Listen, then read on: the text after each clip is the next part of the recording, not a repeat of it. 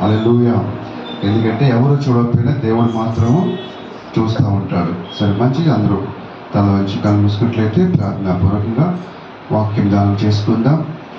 స్తోత్రం తండ్రి, మహోన్నతుడా, మహాగణుడా, గొప్ప దేవుడా, సర్వశక్తిమంతుడా, నీకే వందనాలు, కృతజ్ఞతలు, స్తుతులు, స్తోత్రములు చెల్లించుకుంటున్నాను ప్రభా. అయ్యా, మరొకసారి ఉదయకాల సమయంలో ఒక చిన్న మందగా కూడి మీ పాద సన్నిధికి మేము వచ్చి ఉన్నాం తండ్రి. నాయన, వచ్చిన బిడ్డలందరిని బట్టి మీ వందనాలు, కృతజ్ఞతలు, స్తుతులు, స్తోత్రములు చెల్లించుకుంటున్నాం. ఎవరైతే ప్రభా ఎగ్జామ్స్కి ప్రిపేర్ అవుతున్నారో వారందరికీ నాయన మీరే తోడుగా ఉండి ఆ ఎగ్జామ్స్లో వారు విజయము సాధించి ఉన్నతమైన స్థానంలోకి వారు వెళ్ళటకు మీ కృప దయచేయమని ప్రార్థిస్తున్నాం. అలాగే మీ ప్రభా సుఖదాని గారిని, ఆశాకి గారిని జ్ఞాపకం చేసుకోండి. వారు చేస్తున్నటువంటి పరిచర్యను, వ్యాపారాలను దీవించి ఆశీర్వదించమని ప్రార్థిస్తున్నాం. వారి యొక్క సంతానాన్ని కూడా మీరు జ్ఞాపకం చేసుకోమని ప్రార్థిస్తున్నాం తండ్రి. నిలబడే నన్ను ప్రభా మీ సిలువ చాటున మరుగుపరుచుకోండి. నేను కాదు ప్రభా, నాలో నుంచి మీరే మాట్లాడమని ప్రార్థిస్తున్నాం. అయ్యా, నన్ను ఒక నోటి బోరగా, ఒక నోటి ఆయుధముగా మీరు వాడుకోమని, నేడు మాకందరికీ కావలసిన వర్తమానమును మీరే మాకు దయచేయమని, సమస్త మహిమ, ఘనత, ప్రభావములు మీకే చెల్లిస్తూ యేసు పరిశుద్ధ నామములో అడుగుచున్నాను పరమ తండ్రి. ఆమేన్, ఆమేన్, ఆమేన్. హల్లెలూయా. అందరూ బాగున్నారండి? మంచిది. అందరికీ ప్రభు పేరిట ప్రత్యేకమైన వందనాలు తెలియజేసుకుంటున్నాను. అలాగే సుఖాదాని అన్నగారికి, ఆశాకి గారికి కూడా నా ప్రత్యేకమైన వందనాలు. దేవునికి స్తోత్రం.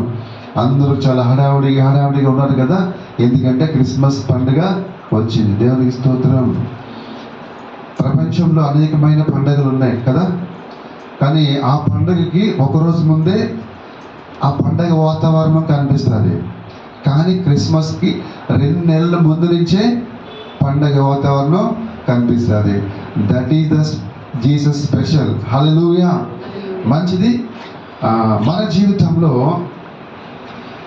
దేవుని చిత్తము నెరవేరాలి అంటే, మన పట్ల దేవుని యొక్క చిత్తము నెరవేరాలి అంటే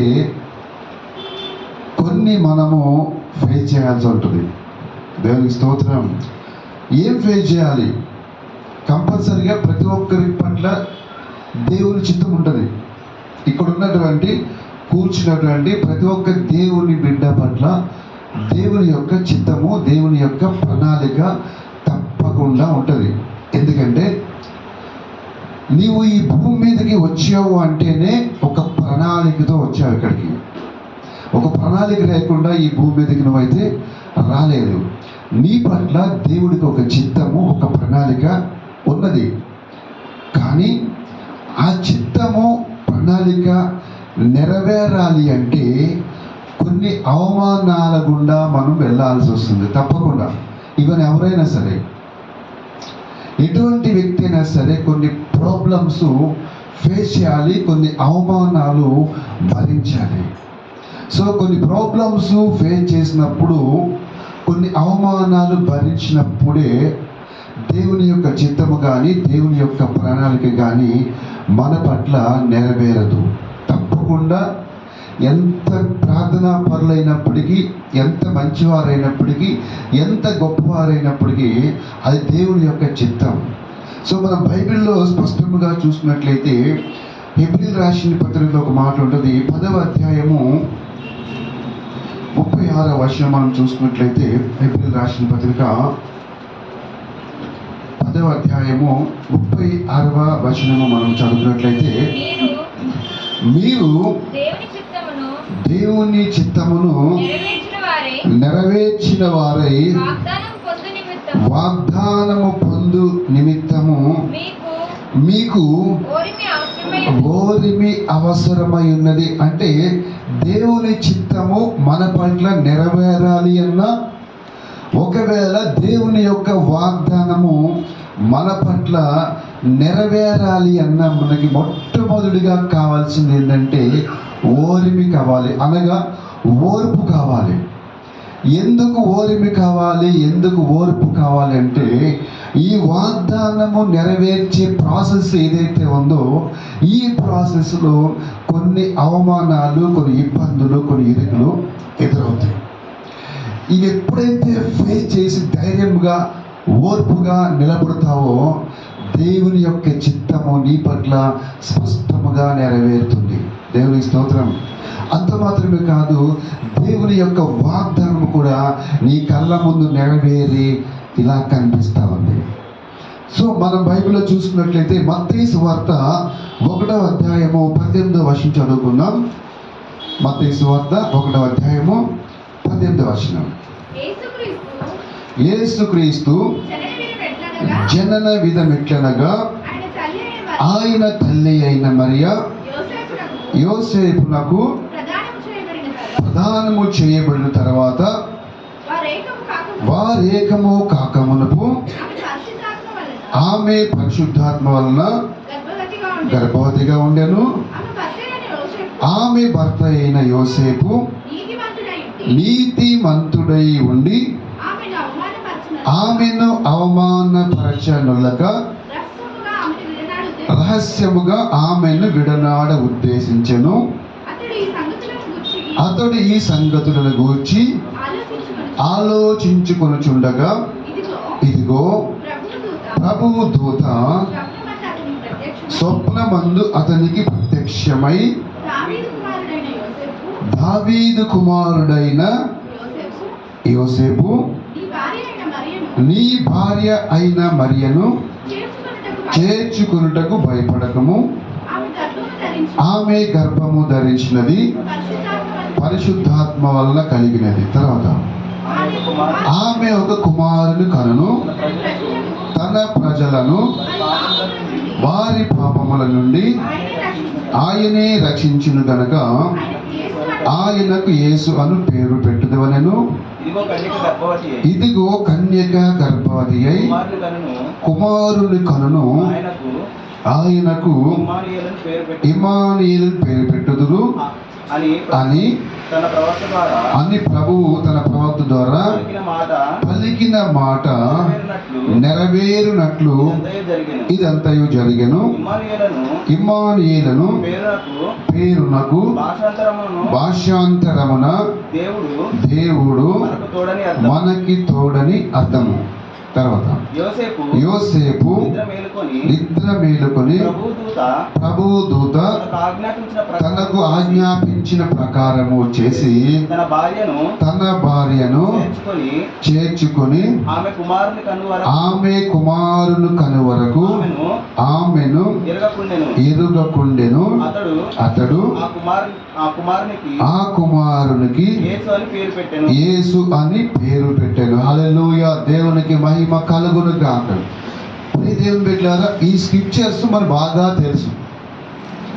ప్రతి క్రిస్మస్కి మనం ఈ స్క్రిప్చర్స్ అనేక మంది దైవ సేవకులు చెప్పడము మనం చూస్తూ ఉంటాము. అనేక సార్లు మనం విని ఉంటాము, అనేక సార్లు మనము కూడా చదువుకుంటాం. ఇది తెలియని సందర్భం అయితే కానే కాదు. అయితే ఇక్కడ మనము 19వ వచనంలో చూసినట్లయితే ఆమె భర్త అయిన యోసేపు నీతిమంతుడై ఉండి ఆమెను అవమానపరచనొల్లక. ఇది అండర్లైన్ చేసుకోవాలి దయచేసి. ఆమెను అవమానపరచనొల్లక. సో ఎప్పుడైతే ఎదుట వ్యక్తులను అవమానపరిచే ఉద్దేశము కానీ అవమానపరిచే తలంపులు కానీ నీలో ఉండవో ఆటోమేటిక్గా దేవుని యొక్క వాగ్దానం నెరవేరుతుంది. హల్లెలూయా.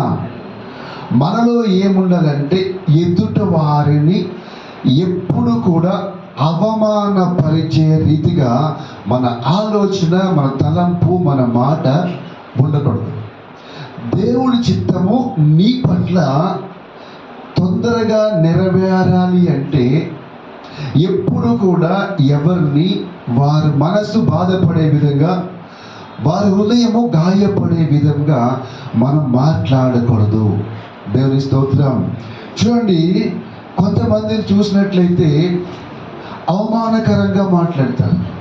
కొంచెం పుట్టుగా ఉంటే అరే పుట్టోడా, అరే పుట్టుదానా, దేవుని స్తోత్రం, అరే కర్రోడా, నల్లోడా, ఎర్రోడా అని ఏం చేస్తారంటే కామెంట్ చేస్తూ ఉంటారు. అవమానకరంగా మాట్లాడుతూ ఉంటారు.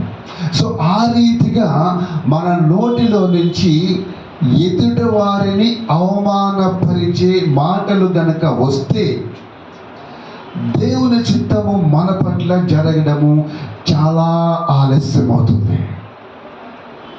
అదేమవుతుందంటే ఎదుటి వాళ్ళని అవమానపరిచే ఉద్దేశం అనుకున్నప్పుడు దేవుడు నీకేదైతే వాగ్దానాలు ఇచ్చాడో ఆ వాగ్దానాలు నెరవేరడానికి ఒక బలమైన ఆటంకముగా ఉంటుంది.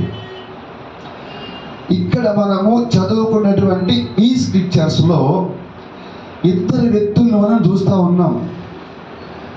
నెంబర్ 1 యోసేపు, నెంబర్ 2 మరియా.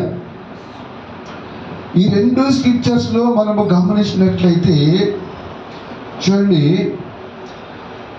యోసేపు అవమానపరచనొల్లక, అంటే యోసేపుకి ఏమి లేదు, అవమానపరిచే మనసు లేదు, అవమానపరిచే హృదయము లేదు, అవమానపరిచే తలంపులు లేవు. నెంబర్ 1. నెంబర్ 2 క్యారెక్టర్ మనం చూసినట్లయితే మరియా. ఇక్కడ మరియకి ఏముందంటే అవమానములు భరించే మనసు. హల్లెలూయా. మరియకి ఏముంది? అవమానమును భరించే హృదయం ఉంది, అవమానాన్ని భరించే తలంపులు ఉన్నాయి. ఇక్కడ రెండు క్యారెక్టర్లు మనం చాలా జాగ్రత్తగా మనం అబ్జర్వ్ చేసినట్లయితే యోసేపుకున్న మనసు ఏంటంటే ఎదుటి వారిని అవమానపరిచే ఉద్దేశం ఆయనకి లేదు. మరియకి ఏముందంటే అవసరమైతే అవమానాలు భరించే మనసు ఉంది. హల్లెలూయా. సో ఈ రెండు మనలో ఉన్నట్లయితే ఏంటి రెండు? ఎదుటి వారిని మనము అవమానపరచకూడదు.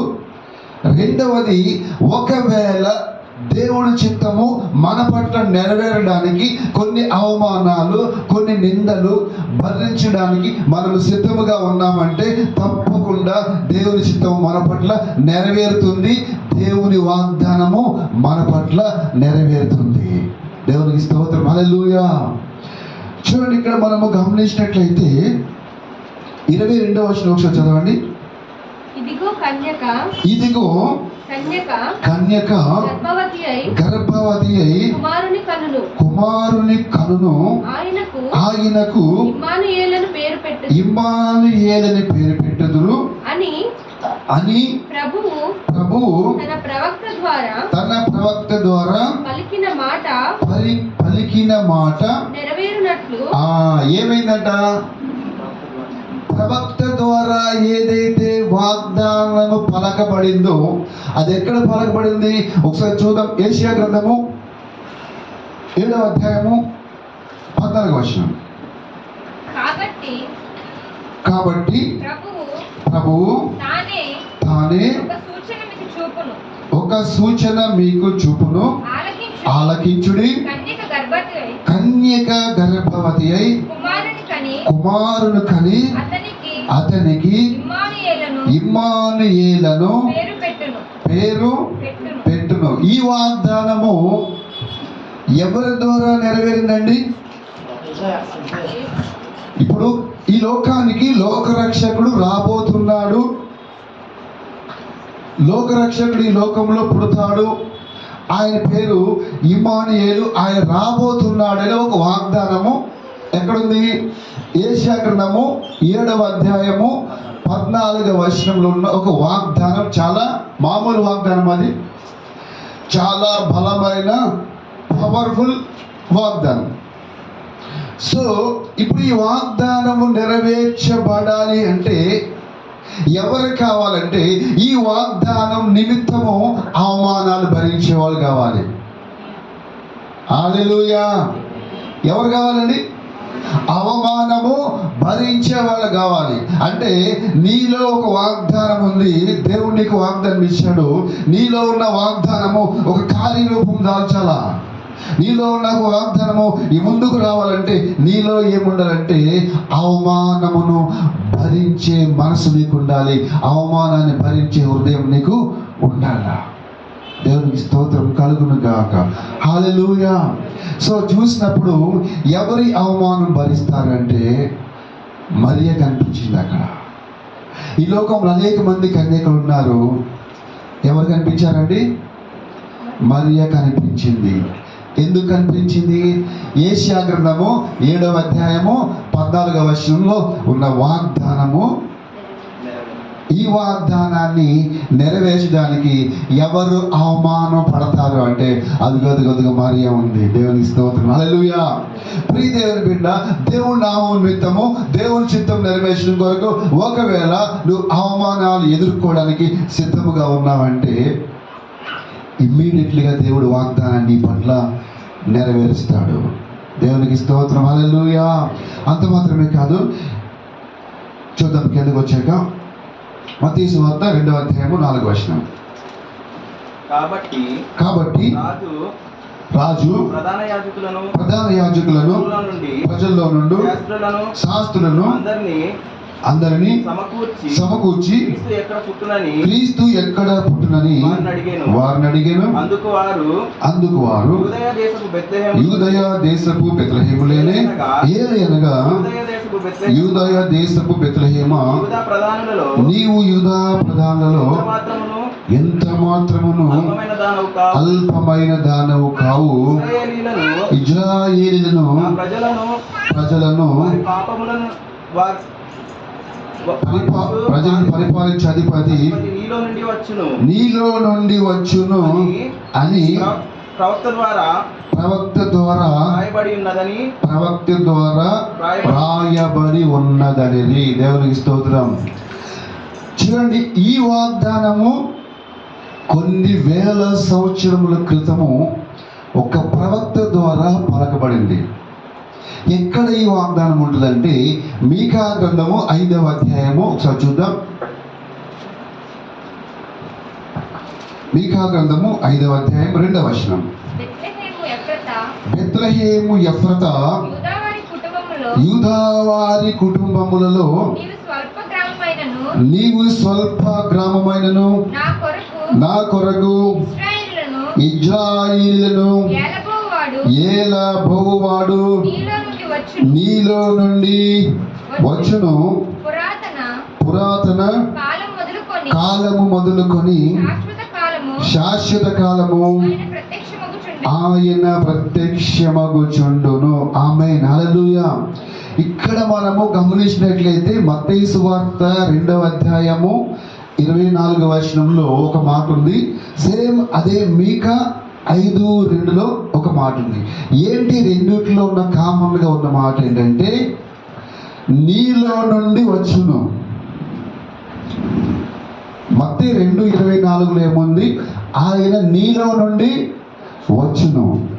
అలాగే మీకా 5:2లో కూడా ఏముంది? యాలబోవాడు నీలో నుండి వచ్చును. సో ఈ రెండు వాగ్దానాలు ఎవరిలో నుంచి బయటకు వచ్చినాయి? ఇప్పుడు మరియలో నుంచి బయటకు వచ్చినాయి. వాగ్దానం ఉంది, నీలో నుండి బయటకు వస్తాడు. యాలబోవాడు లోకరక్షకుడు నీలో నుండి బయటికి వస్తాడు. అయితే ఈ వాగ్దానం ఇప్పుడు మరియలో నుండి ఏమొచ్చింది? బయటికి వచ్చింది. దేవునికి స్తోత్రం. ప్రియ దేవుని బిడ్డలారా, ఇక్కడ కూర్చున్నటువంటి మీ అందరిలో కూడా వాగ్దానం ఉంది. ఉందా లేదా? దేవునికి స్తోత్రం. మీ అందరిలో కూడా వాగ్దానము ఉంది. దేవుడు వాగ్దానం ఇచ్చాడు.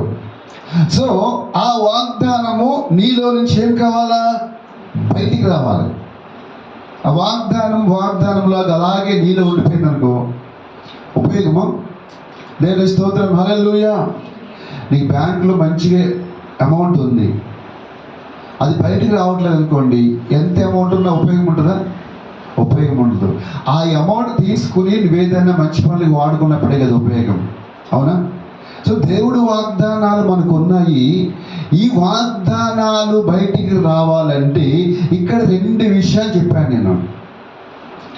నెంబర్ 1, ఎవరిని కూడా మనం ఏం చేయకూడదు? అవమానపరచకూడదు. నెంబర్ 2, మనము అవమానాలు భరించే వారిగా ఉండాలి. సో ఇక్కడ రెండు క్యారెక్టర్లు మనం చూసుకున్నాం. నెంబర్ 1 యోసేపు, ఆయన అవమానాలు భరించాడా? అవమానపరచకూడదు అనుకున్నాడు. సో నీ జీవితంలో అనేక మంది వ్యక్తులు నీకు ఇష్టం లేని వాళ్ళు ఎదురవుతారు.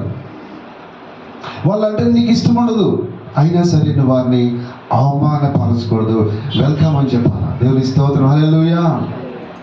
ఒకవేళ కొంతమంది కొన్ని రకాలుగా అవమానపరుస్తారు, అయినా భరించాలి.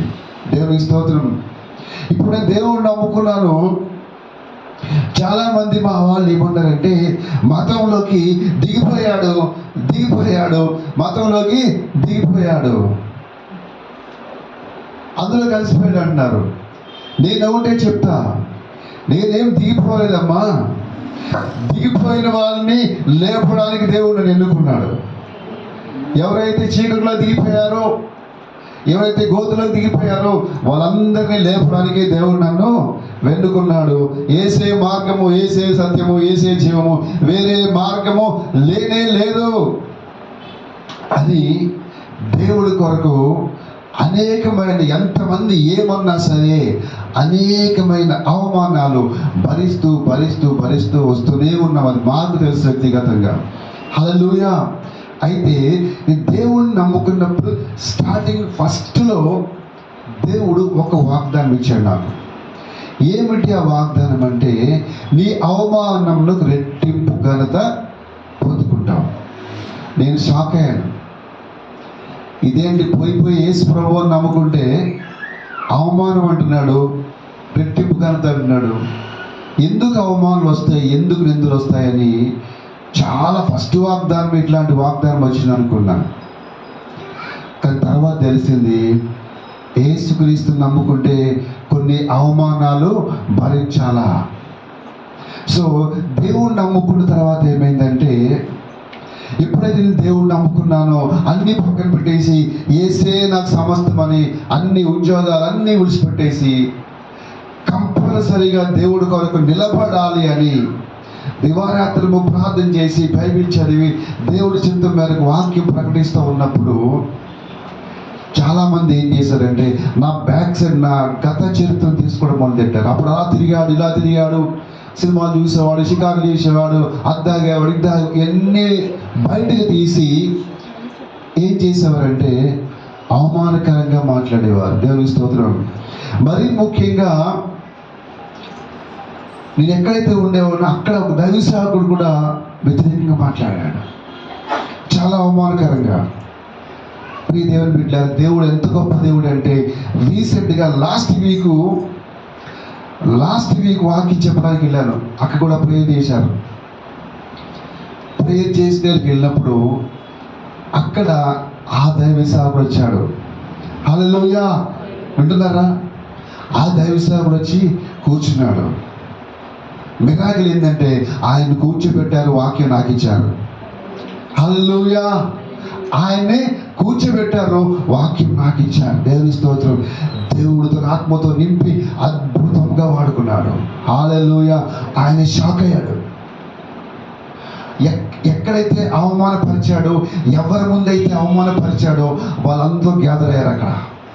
దేవుని స్తోత్రం. హల్లెలూయా. నిజంగా నిలబడడానికి నాకు ధైర్యం సరిపోలేదు, కానీ దేవుని ఆత్మచేత నింపబడి ఎక్కడ నేను బోధించానో అద్భుతంగా దేవుడు వాళ్ళందరితో మాట్లాడాడు. హల్లెలూయా. ఏమైంది తెలుసా? నన్ను ఎవరైతే వాక్యాన్ని పిలిచారో, వాక్యాన్ని పిలిచిన వారికన్నా నన్ను అవమానపరిచినటువంటి ఆ దైవజనుడు, పక్కన కూర్చున్న దైవజనుడు, ఆయనే ఎక్కువ కాలికి పంపించాడు నాకు. దేవుని స్తోత్రం. హల్లెలూయా. బ్రదర్, అసలు ఊహించలేకపోతున్నా, నేను అసలు ఊహించలేకపోతున్నా, ఎక్స్పెక్ట్ చేయలేకపోతున్నా. మీరా కాదా? ఎలా ఉండేవారు, ఎలా మారిపోయారు, ఎలా మాట్లాడుతున్నారు బ్రదర్. షాక్ అయ్యాడు. అనేక మంది అక్కడ ఇన్స్పైర్ అయ్యారు. దేవుని స్తోత్రం. నన్ను పిలిచిన వాడికన్నా ఎక్కువ కానుక చేతిలో పెట్టి ఆయన ఎంతో హ్యాపీ ఫీల్ అయిపోయి వెళ్ళిపోయాడు. అది చాలా మనకి. హల్లెలూయా. దేవుడు ఎక్కడైతే మనం అవమానపడతామో దేవుడు అక్కడే మనల్ని ఘనపరుస్తాడు. దేవుని స్తోత్రం కలుగును గాక. ప్రియ దేవుని బిడ్డ, దేవుని కొరకు కొన్ని అవమానాలు నిందలు పడడానికి మనం సిద్ధముగా ఉండాలి. ఎవరిని కూడా ఫస్ట్ ఆఫ్ ఆల్ అవమానపరచకూడదు. అవసరమైతే అవమానం భరించాలి. దేవుని స్తోత్రం. ఇప్పుడు 2 క్యారెక్టర్స్ అయిపోయినాయి కదా, ఇంకొక 2 క్యారెక్టర్స్ చూపిస్తాను మీకు. ఆ 2 క్యారెక్టర్స్లో ఒకరు అవమానాలు భరించారు, ఇంకొకడు అవమానం భరించారు. చూద్దాం ఒకసారి. మొదటి సమూయేలు గ్రంథము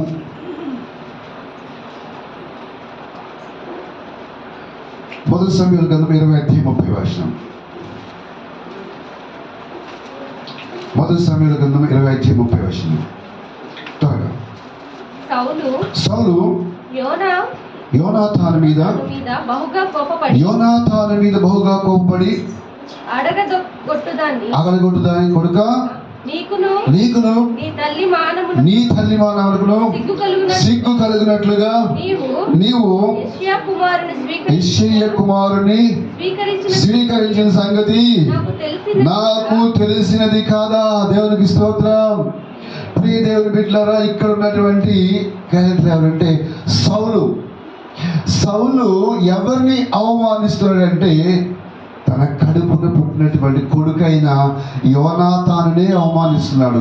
అంత మాత్రమే కాదు, భార్యను కూడా అవమానిస్తున్నాడు. దేవునికి స్తోత్రం. ఎప్పుడైనా సరే ఎవరిని కూడా అవమానపరిచే విధంగా మనము ఉండకూడదు. ఈవెన్ మన ఇంట్లో వారిని కానీ, వీధిలో వారిని కానీ, బంధువులు కానీ ఎవరిని కూడా మనము అవమానపరిచే విధముగా ఉండకూడదు. ఇక్కడ డైరెక్ట్గా సౌలు చేస్తున్న పని ఏంటంటే తన కుమారుణ్ణే అవమానపరుస్తున్నాడు, తన భార్యను అవమానపరుస్తున్నాడు. సౌలు అవమానపరిచినటువంటి ఆ యోనాతానును దావీదు ఏం చేశాడో చూద్దాం.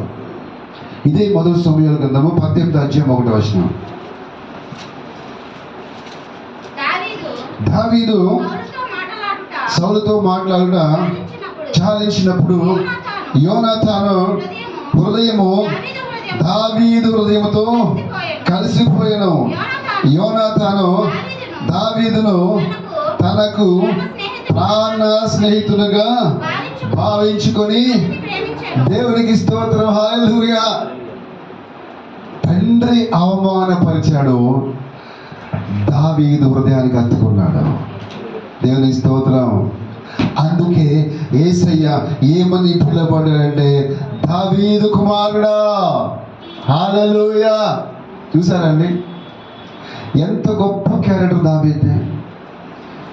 సొంత తండ్రి అవమానపరిచి పంపించేస్తే దావీదు ఏం చేశాడు? హృదయానికంట హత్తుకుని మంచి స్నేహితులు అయిపోయారంట. మనము గమనించినట్లయితే సౌలు దావీదు ఇద్దరిని చూసినట్లయితే సౌలు జీవితము చాలా భయంకరంగా ముగించబడింది. దావీదు జీవితము చాలా ఆశీర్వాదకరముగా ముగించబడింది. ఎందుకంటే దావీదు అవమానాలు భరించడానికి ఎల్లప్పుడూ సిద్ధంగా ఉండేవాడు. సౌలు అవమానం భరించడానికి ఎప్పుడు కూడా సిద్ధముగా లేడు. యాక్చువల్గా మనం బైబిల్ చాలా జాగ్రత్తగా చదువుకున్నట్లయితే దావీదు కన్నా సౌలే ఎక్కువ దీవించబడాలి, దావీదు కన్నా సౌలే ఎక్కువ ఆశీర్వదించబడాలి. ఎందుకంటే సౌలు చేసింది కొన్ని మిస్టేక్స్ దావీదు ఇంకా ఎక్కువ చేశాడు. కానీ సౌల్లో ఉన్నది ఏంటంటే ఎక్కువగా దేవుడి మీద డిపెండ్ కాలేకపోయాడు. దావీదు కొన్ని పొరపాట్లు చేసినప్పటికీ కూడా దేవుడు పాదాలు పట్టుకుని కన్నీరు కార్చేవాడు. దేవునికి స్తోత్రం, హల్లెలూయా. ఇక్కడ మనం గమనించినట్లయితే సౌలు సొంత కుమారుడినే అవమానపరిచాడు. దావీదు ఏం చేశాడు?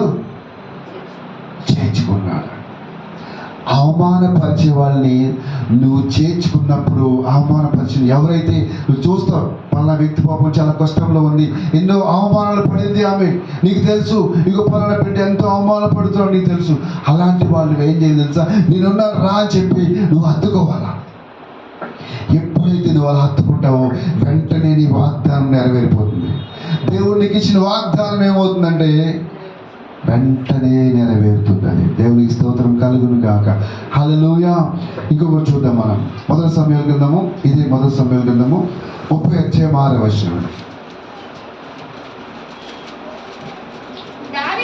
దావీదు మిక్కిలి దుఃఖపడెను మరియు తమ కుమారులను బట్టి కుమార్తెలను బట్టి జనులకందరికి ప్రాణము విసిగినందున రాళ్ళు రువ్వి దావీదుని చంపుదము రండని వారు చెప్పుకొనగా దావీదు తన దేవుడైన యెహోవాను బట్టి ధైర్యము తెచ్చుకొనెను. ఇక్కడ గమనించినట్లయితే మళ్ళీ ఒకసారి చదువుకుందాం. నేను చదువుతున్నాను. దావీదు మిక్కిలి దుఃఖపడెను మరియు తమ కుమారులను బట్టి కుమార్తెలను బట్టి జనులకందరికీ ప్రాణము విసిగినందున. ఎవరిని బట్టి? దావీదు యొక్క పిల్లలను బట్టి అక్కడ రాజ్యంలో ఉన్న ప్రజలందరికీ ఏం కలిగిందంట? విసుగు పుట్టింది. విసుగు పుట్టినప్పుడు వాళ్ళందరూ ఏం చేశారంట? విసిగినందున, ప్రాణము విసిగినందున రాళ్ళు రువ్వి దావీదుని చంపుదము రండని వారు చెప్పుకొనగా. సో అక్కడున్న వాళ్ళందరూ ఏం చేశారంటే దావీదు యొక్క సంతానాన్ని బట్టి, దావీదు యొక్క పిల్లలను బట్టి దావీదుని రాళ్ళు వేసి కొడుతున్నారు. దేవుని స్తోత్రం. దావీదు ఏం చేశాడా? ఏమీ చేయలేదు. తన పిల్లల్ని బట్టి దావీదు మీద రాళ్ళు వేస్తుంటే దావీదు ఏం చేశాడంటే దాన్ని స్వీకరించాడు. దేవుని స్తోత్రం. ఎప్పుడైనా నీ మీద రాళ్ళు వేస్తే ఏంటో తెలుసా? అవి రాళ్ళు కాదు, ఆశీర్వాద బాణాలు. ఆ రాళ్ళు ఏమనుకోవాలి? ఆశీర్వాదపు బాణాలు అనుకోవాలి నువ్వు. దేవుని స్తోత్రం. మనం అక్కడ చూసినట్లయితే సొంత కుమారుడినే, భార్యనే సౌలు ఏం చేశాడు? అవమానపరిచాడు. ఇక్కడ తన పిల్లల్ని బట్టి దావీదుకి అవమానం వచ్చింది. అయినా కూడా ఎవరిని అవమానపరచలేదు. దేవుని స్తోత్రం. అయితే చూడండి, ఇక్కడ దావీదు మీద రాళ్ళు వేశారు కదా. దావీదు మీద రాళ్ళు వేశారు, కానీ దావీదు పట్ల దేవుడు తన చిత్తాన్ని నెరవేర్చాడు. అవునా? దావీదు పట్ల దేవుడి యొక్క ప్రణాళిక నెరవేరింది. సో ఇదే రీతిగా యాక్చువల్గా మనం ఇంతకుముందు చదువుకున్నటువంటి క్రొత్త నిబంధనలో మరియ మీద కూడా రాళ్ళు వేయాలి. లెక్క ప్రకారము మరియ మీద కూడా రాళ్ళు వేయాలి. ఒకసారి చూద్దాం. యోహాను సువార్త 8వ అధ్యాయము 4వ వచనం.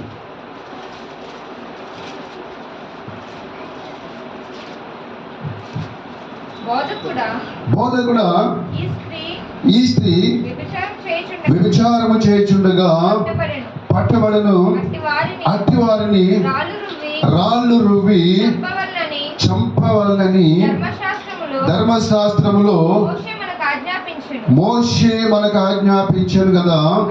ఆయనను నీవేమి చెప్పుచున్నావని ఆయనను అడిగిరి. అంటే చూడండి, ధర్మశాస్త్ర ప్రకారము మరియకి ఏ శిక్ష పడాలి అంటే రాళ్లతో కొట్టి చంపే శిక్ష పడాలి కదా. ఇప్పుడు మరియ ఏం చేసింది అంటే రాళ్లతో కొట్టించుకోవడానికి కూడా ఆమె ఏం చేసింది? సిద్ధపడింది. అవునా కదా? రాళ్లతో తను కొట్టి అవమానపరుస్తారని తెలిసి కూడా ఏం చేసిందంటే ఆ అవమానాలను భరించింది. ఇక్కడ మనం గమనించినట్లయితే దావీదు కూడా ఏం చేశాడు? తన పిల్లల కొరకు, తన కూతుర్ల కొరకు, తన కొడుకుల కొరకు ఆయన కూడా రాళ్ళు వేయించుకోవడానికి సిద్ధపడ్డాడు కదా. దేవునికి స్తోత్రం. మనం ఇక్కడ కొంచెం టాలీ చేసుకున్నట్లయితే మరియా క్యారెక్టర్కి, దావీదు క్యారెక్టర్కి మనము టాలీ చేసుకున్నట్లయితే ఇద్దరి మీద రాళ్ళు పడాలి. అక్కడ దావీదు మీద రాళ్ళు పడాలి, ఇక్కడ మరియ మీద కూడా రాళ్ళు పడాలి. కానీ వీళ్ళు ఏం చేశారు అంటే దేవుని చిత్తము, దేవుని యొక్క ప్రణాళిక నా పట్ల నెరవేరాలి అంటే తప్పకుండా ఆ రాళ్ళు మా మీద పడాలి. ఆ రాళ్ళు మా మీద పడినప్పుడు, ఆ అవమానం మేము భరించినప్పుడే దేవుని యొక్క చిత్తము, దేవుని యొక్క నెరవేర్పు మా పట్ల జరుగుతుంది. కాబట్టి వాళ్ళు ఏం చేశారంటే, ఇక్కడ చూసినట్లయితే దావీదు సిద్ధపడ్డాడు తన పిల్లల కోసము, దేవుని చిత్తం నెరవేరడం కోసము, అవమానపరచబడ్డానికి సిద్ధపడ్డాడు. అక్కడ చూసినట్లయితే యోసేపు కూడా ఏమయ్యాడు? సిద్ధపడ్డాడు. మరియ కూడా సిద్ధపడింది. ఇప్పుడు మనం గమనించినట్లయితే యేసు ప్రభువు తల్లి ఎవరంటే ఏమంటారు? మరియనే అంటారు. దేవుని స్తోత్రం. అయితే మత్తయి సువార్త 1:1 చదువుకుందాం. అబ్రహాము కుమారుడగు దావీదు కుమారుడైన యేసుక్రీస్తు వంశావళి. దేవునికి స్తోత్రం. హల్లెలూయా. ఇక్కడ గమనించినట్లయితే దావీదు కుమారుడైన, దావీదు కుమారుడు అండి, దావీదు కుమారుడిని ఆయన అనిపించుకున్నాడు. నిజంగా దావీదు కుమారుడా? కాదు. కానీ వాక్యం ఏం తెలియజేస్తూ ఉంది? దావీదు కుమారుడైన యేసుక్రీస్తు. దేవునికి స్తోత్రం. హల్లెలూయా. అంటే ఆయన కొరకు నిలబడడానికి, నువ్వు అవమానాలు భరించడానికి, నిందలు భరించడానికి నువ్వు సిద్ధముగా ఉన్నట్లయితే, ఏదైతే దేవుడు వాగ్దానం చేశాడో, ఏదైతే ప్రణాళిక ఉందో, దేవుడి చిత్తం నీ పట్ల ఏదైతే ఉందో అది ఇమ్మీడియట్గా నెరవేరుతుంది. హల్లెలూయా. అంత మాత్రమే కాదు, దేవుడు అంటాడు, ఈ కుమారుడు నా కుమారుడు. దేవునికి స్తోత్రం. హల్లెలూయా. ఈ నా కుమారుడు, నేను రక్తం పెట్టి కొన్న నా కుమారుడు, ఆయన తాగడానికి వీల్లేదు, ముట్టడానికి వీల్లేదు. ఎందుకంటే నా కొరకు అవమానాలు పడడానికి సిద్ధంగా ఉన్నాడు. దేవునికి స్తోత్రం. హల్లెలూయా. దావీదుకి చూసినట్లయితే యేసు ప్రభు వారికి కొన్ని వేల సంవత్సరాల గ్యాప్ ఉంది. కొన్ని వేల సంవత్సరాల తర్వాత పుట్టినటువంటి యేసుక్రీస్తు గురించి మొట్టమొదటి మత్తయి సువార్త 1వ అధ్యాయంలోనే 1వ వచనంలో కూడా రాయబడింది. దావీదు కుమారుడైన యేసుక్రీస్తు. ఎందుకు తెలుసా? ఆయన కొరకు అవమానాలు పడడానికి సిద్ధముగా ఉన్నాడు. అవసరమైతే రాళ్ళు వేయించుకోవడానికి కూడా సిద్ధముగా ఉన్నాడు. శత్రువు అటాక్ చేస్తే క్షమించాడు.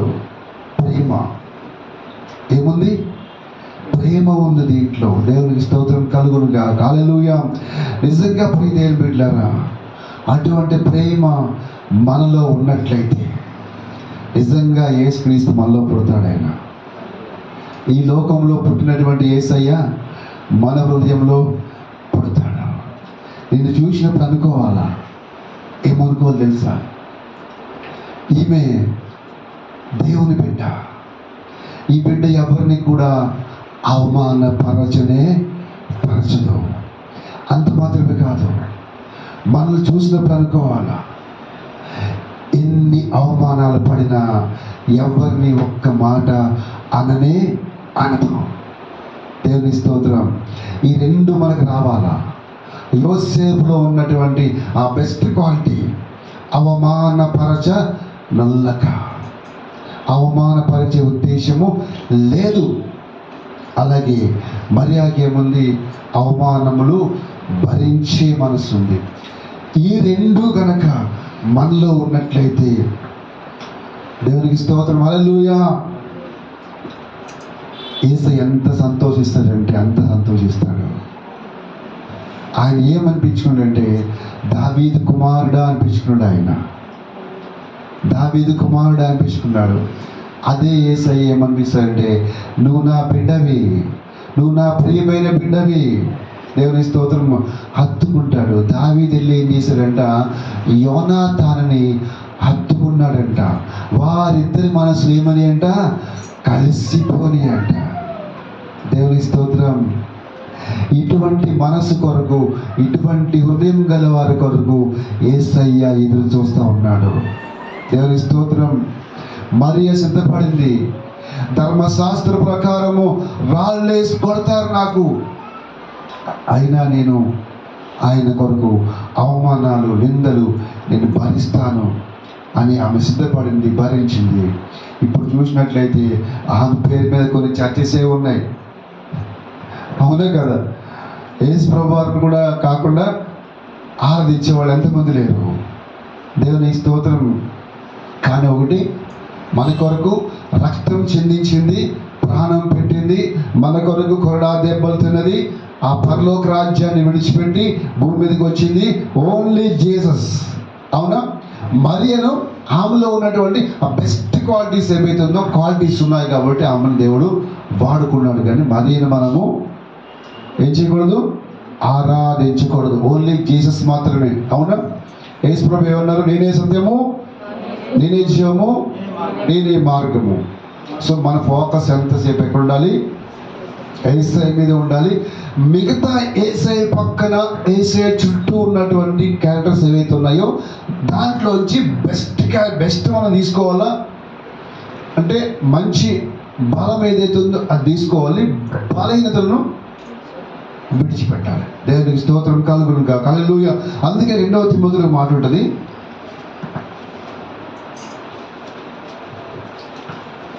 2వ అధ్యాయం 8వ వచనం.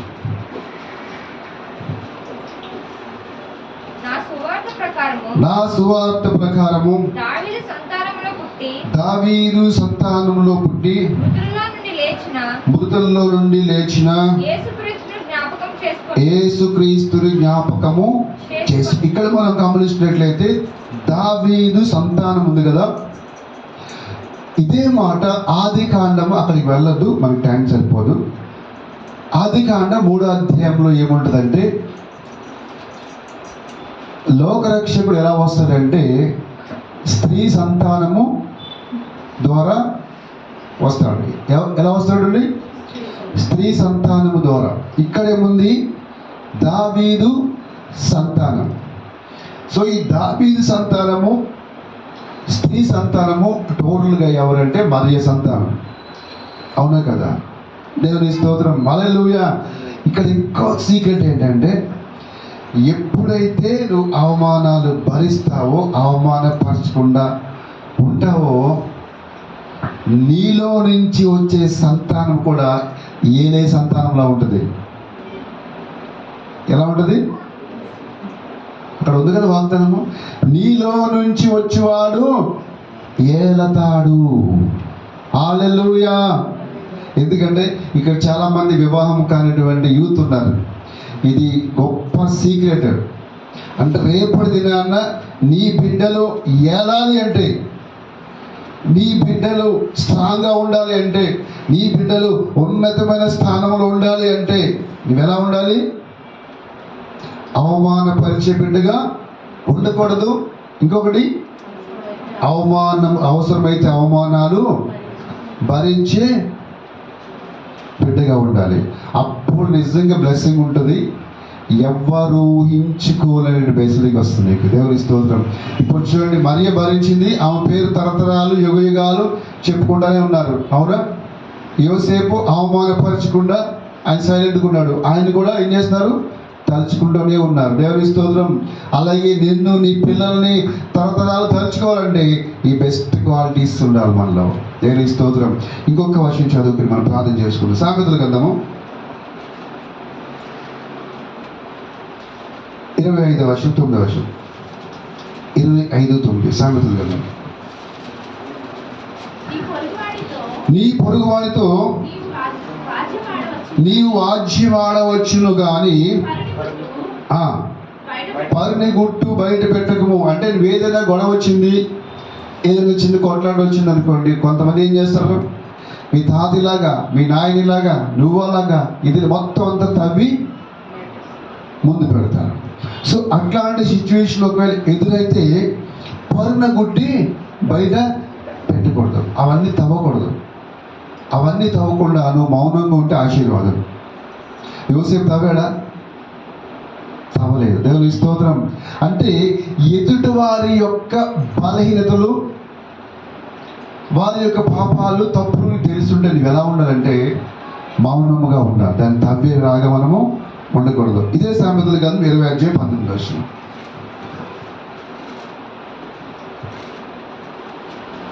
కొండెగాడై తిరుగువాడువాడు కొండగాడై తిరుగులాడువాడు పరుల గుట్టు బయట పెట్టును. పరుల గుట్టు బయట పెట్టును.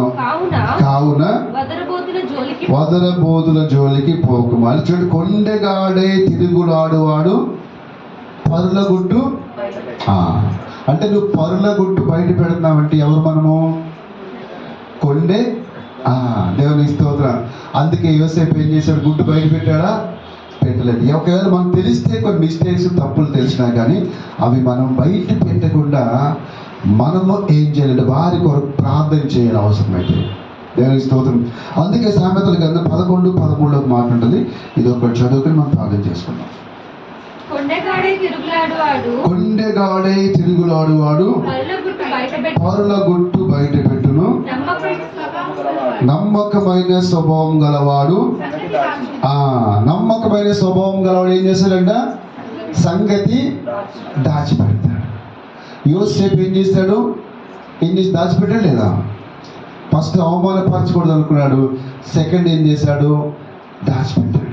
సో ఎదుటి వారి యొక్క తప్పులు బలహీనతలు తెలిసినప్పుడు నువ్వేమీ వాళ్ళని కామెంట్ చేయకుండా, వాళ్ళని అవమానపరచకుండా వాక్యం ప్రకారంగా నమ్మకమైన స్వభావం గలవాడు దాచిపెడతాడు. ఎప్పుడైతే నువ్వు దాచిపెడతావో, బయట పెట్టవో, అది నీకు ఆశీర్వాదం. హల్లెలూయా. అది బయట పెట్టావో నీకేమైనా వస్తుందా? ఏం రాదు. ఆశీర్వాదాన్ని కోల్పోతావు. దేవుని స్తోత్రం. ఒకవేళ ప్రియ దేవుని బిడ్డలారా, దేవుడు ఒకవేళ నీ పట్ల దేవుని యొక్క చిత్తాన్ని నిజంగా నెరవేర్చాలి అంటే, దేవుడి యొక్క ప్రణాళిక నెరవేర్చాలి అంటే, దేవుడి యొక్క వాగ్దానము నీ పట్ల 100% చూడాలి అంటే నువ్వు చేయాల్సింది ఏంటంటే రెండు విషయాలు గుర్తుపెట్టుకోవాలి. ఒకటి, యోసేపులో ఉన్నటువంటి బెస్ట్ క్వాలిటీ ఏంటంటే ఆమెను ఆమెను అవమానపరచకూడదు అనుకున్నాడు. కాబట్టి తనలో నుంచి ఎవరు వచ్చారంటే యేసయ్య వచ్చాడని వాక్యం తెలియజేస్తుంది. అలాగే మరియా ఏం చేసిందంటే అవసరమైతే అవమానాలు భరించడానికి సిద్ధపడింది. కాబట్టి తనలో నుంచి లోకరక్షకుడు వచ్చాడు.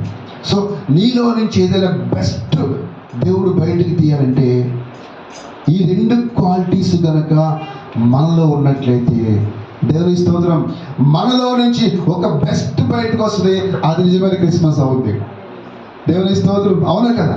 వారిలో నుంచి ఎవరు వచ్చారు? యేసయ్య బయటకు వచ్చాడు. అదే క్రిస్మస్ కదా. దేవుని స్తోత్రం. నిజమైన క్రిస్మస్ ఏంటంటే నీలో నుంచి దేవుని చిత్తం నెరవేరినప్పుడే అది క్రిస్మస్. దేవుని స్తోత్రం కలుగును గాక. ఒకవేళ ఇంతకు ముందు ఎవరైనా ఇలా అవమానపరిచి ఉంటే, ఎవరినైనా అని ఉంటే, మనమందరము 2 నిమిషాలు ప్రార్థన చేసుకుందాం.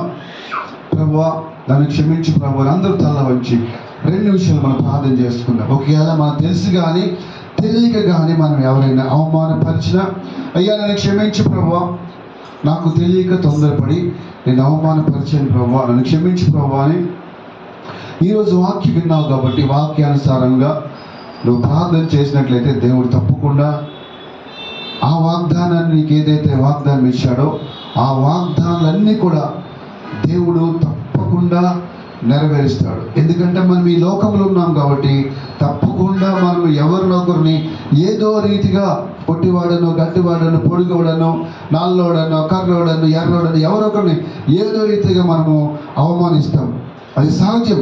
కాబట్టి అది ఒప్పుకొని మనము దేవుడి సన్నిధిలో మనం విడిచిపెట్టినట్లయితే దేవుడు మనల్ని అద్భుత రీతిగా దీవిస్తాడు, ఆశీర్వదిస్తాడు. స్తోత్రం నాయన. మహోన్నతుడా, మహాగండ, గొప్ప దేవుడా, సర్వశక్తిమంతుడా, నీ వందనాలు, కృతజ్ఞతలు, స్తుతులు, స్తోత్రాలు. అయ్యా ఈరోజు నాయన ఇదిగో తండ్రి యోసేపు మరియలను మా ముందు పెట్టి నాయన అద్భుతమైన వర్తమానం మీరు మాకు తెలియజేశారు. అలాగే సౌలుని ప్రభువా, దావీదుని మా ముందు పెట్టి అద్భుత రీతిగా మీరు మా అందరితో మాట్లాడారు ప్రభువా. అందుని బట్టి మీకు స్తోత్రాలు చెల్లించుకుంటున్నాను. అయ్యా మాలో ఎవరికైనా ఈ రీతిగా అవమానపరిచేటటువంటి మనసుంటే మమ్మల్ని అందరినీ కూడా జ్ఞాపకం చేసుకోమని, వాటన్నిటిని వేరుతో సహా తీసివేయమని, అయ్యా మరియా ఏ విధంగా అయితే రాళ్ళు వేయించుకోవడానికి కూడా సిద్ధపడిందో, అలాగే దావీదు కూడా ఏ విధంగా మీ చిత్తం నెరవేరడానికి రాళ్ళు వేయించుకోవడానికి సిద్ధపడ్డాడో, అయ్యా అవమానాలు పడడానికి సిద్ధపడ్డారో, అదే రీతిగా తండ్రి మా జీవితంలో ఎటువంటి అవమానాలు ఎదురైనా మీ చిత్తం మా పట్ల నెరవేరడానికి తండ్రి మేము అన్ని విషయంలో సిద్ధపడి అనేక మందికి ఆశీర్వాదకరంగా దీవెనకరంగా ఉండలాగున మీరే దీవించి ఆశ్రయించమని యేసు పరిశుద్ధ నామములో వచ్చినాను పరమ తండ్రి. ఆమేన్ ఆమేన్ ఆమేన్. హల్లెలూయా. మంచిదండి. మనం రొట్టె ప్రభావాలకు వెళ్ళకపోతున్న ప్రతి ఒక్కరు ప్రార్థనాపూర్వకంగా ఉండవలసిందిగా కోరుతున్నాను.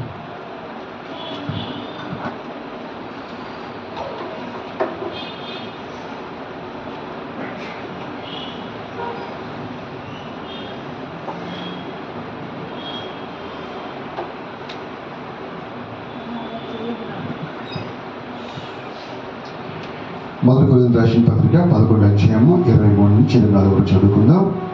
నేను మీకు అప్పగించిన దాన్ని ప్రభు వల్ల పొందిదని ప్రభు అయిన యేసు తన పదకొండు రాత్రి ఒక రొట్టెను ఎత్తుకొని కృతజ్ఞతాస్తుతులు చెల్లించి దాన్ని విరిచి ఇది మీ కొరకై నా శరీరమును జ్ఞాపకం చేసుకుంటే దీన్ని చేయడని చెప్పాను. స్తోత్రం తండ్రి. మహోన్నతుడ మహాగండ గొప్ప దేవుడా సర్వశక్తిమంతుడా నీ వందనాలు స్తోత్రాలు తండ్రి. అయ్యా శిలువ మీద తండ్రి నల్ల కొట్టబడిన మీ శరీరము సదృశ్యముగా తాచుండగా ఇక మమ్మల్ని మీరు జ్ఞాపకం చేసుకోమని దీవించి ఆశ్రయించమని యేసు పరిశుద్ధ నామములో వచ్చినాను పరమ తండ్రి. ఆమేన్. పాట సంఖ్య 368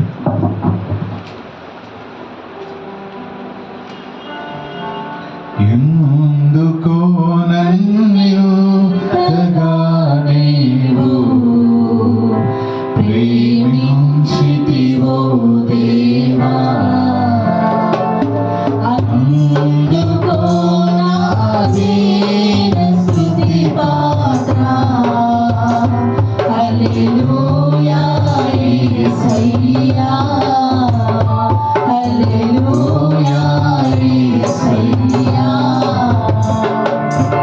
ఎందుకో నన్నింతగా నీవు ప్రేమించితివో దేవా,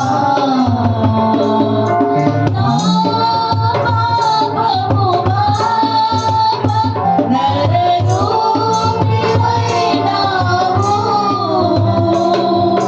నా శాపము బాప నలిగి వేలాడితివి, నా పాపము బాప నరరూపివైనావు, నా శాపము బాప నలిగి వేలాడితివి. నాకు చాలిన దేవుడవు నీవే, నా స్థానములో నీవే.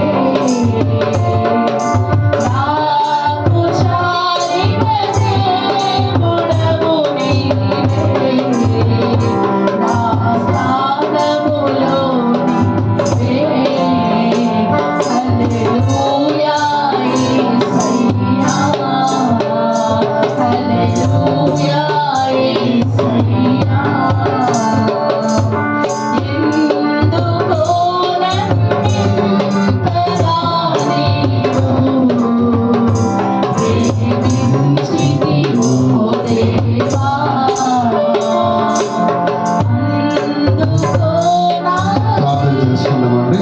స్తోత్రం నాయన మహోన్నతుడ మహాగణ గొప్ప దేవుడా సర్వశక్తిమంతుడా నీకు వందనాలు స్తోత్రాలు తండ్రి.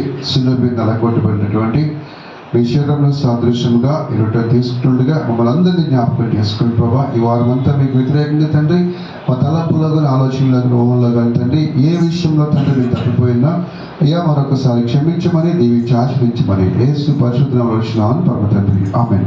అందరం తీసుకున్నాను.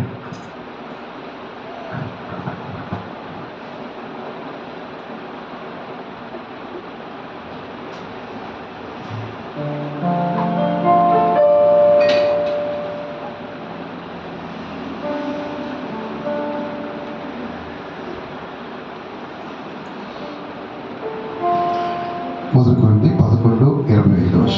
ఆ ప్రకారమే భోజనమైన పిమ్మట ఆయన పాత్రను ఎత్తుకొని ఈ పాత్ర నా రక్తం వలన కొత్త నిబంధన, మీరు దీనిలోని త్రాగినప్పుడల్లా నన్ను జ్ఞాపకం చేసుకున్నట్టుకే దీన్ని చేయుడని చెప్పాను. స్తోత్రం తండ్రి. మహోన్నతుడా మహాగండ గొప్ప దేవుడా సర్వశక్తి మంతుడా నీకు వందనాలు తండ్రి. అయ్యా యెరూషలేము వీధుల్లో ప్రభు, శిలువ మీద ప్రభు మీరు కాచిన రక్తం ప్రభు తండ్రి, ఆఖరి రక్త బొట్టు వరకు తండ్రి మా కొరకు చెల్లించారు నాయన. యేసు రక్తము ప్రతి పాపం నుండి పవిత్రులుగా చేస్తుందని చెప్పాం. అయ్యా మా క్రియలను బట్టి కాదు కానీ కేవలం నీ కృప చేతనైనా మీ సన్నిధికి మేము వస్తున్నాం ప్రభు. అయ్యా మమ్మల్ని ఒక్కసారి మమ్మల్ని జ్ఞాపకం చేసుకోమని అయ్యా తండ్రి, ఈ ద్రాక్షరసము మీ రక్తముగా భావించి తీసుకున్నట్లుగా ప్రతి ఒక్క బిడ్డని దీవించి ఆశ్రయించమని యేసు పరిశుద్ధ నామములో అడుగుచున్నాను పరమ తండ్రి, ఆమేన్. నీ రూపము నాలో నిర్మించి ఉన్నావు, నీ పోలికలోనే నివసించుచున్నావు, నీ రూపము నాలో నిర్మించి ఉన్నావు, నీ పోలికలోనే నివసించుచున్నావు,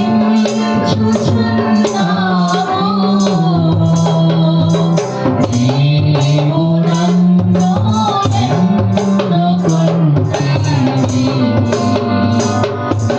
కొరకే నీ కృపతో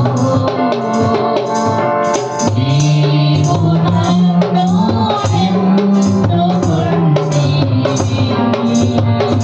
నీ కొరకే నీ కృపతో. హల్లెలూయా యేసయ్యా, హల్లెలూయా యేసయ్యా. ఎందుకో నన్నంతగా నీవు ప్రేమించితివో దేవా, అందుకో నా దీన స్తుతి పాత్ర. హల్లెలూయా యేసయ్యా, హల్లెలూయా యేసయ్యా. నా శ్రమలు సహించి నా ఆశ్రయమైనావు, నా వ్యధలు భరించి నన్ను ఆదుకున్నావు, నా శ్రమలు సహించి నా ఆశ్రయమైనావు, నా వ్యధలు భరించి నన్ను ఆదుకున్నావు, నన్ను నీలో చేర్చుకున్నావు, నన్ను దాచి ఉన్నావు, నన్ను నీలో చేర్చుకున్నావు, నన్ను దాచి ఉన్నావు. హల్లెలూయా యేసయ్యా, హల్లెలూయా యేసయ్యా.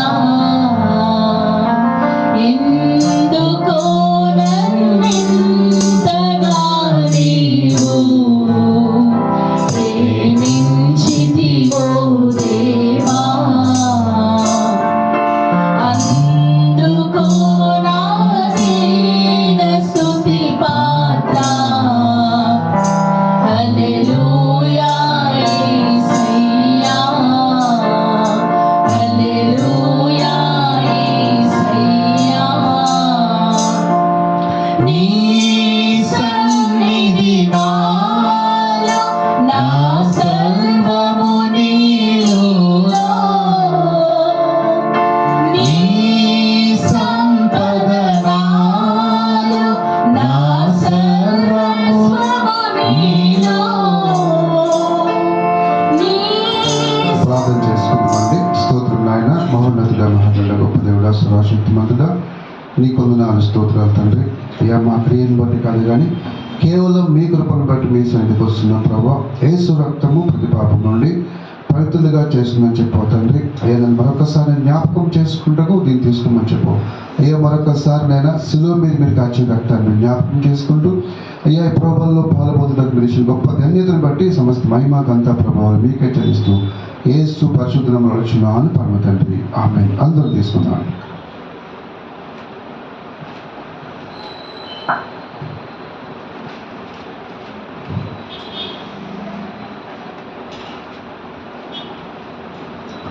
మంచిది సమయంలో మనం దేవుడి కాల్పులు సమర్పిద్దాం.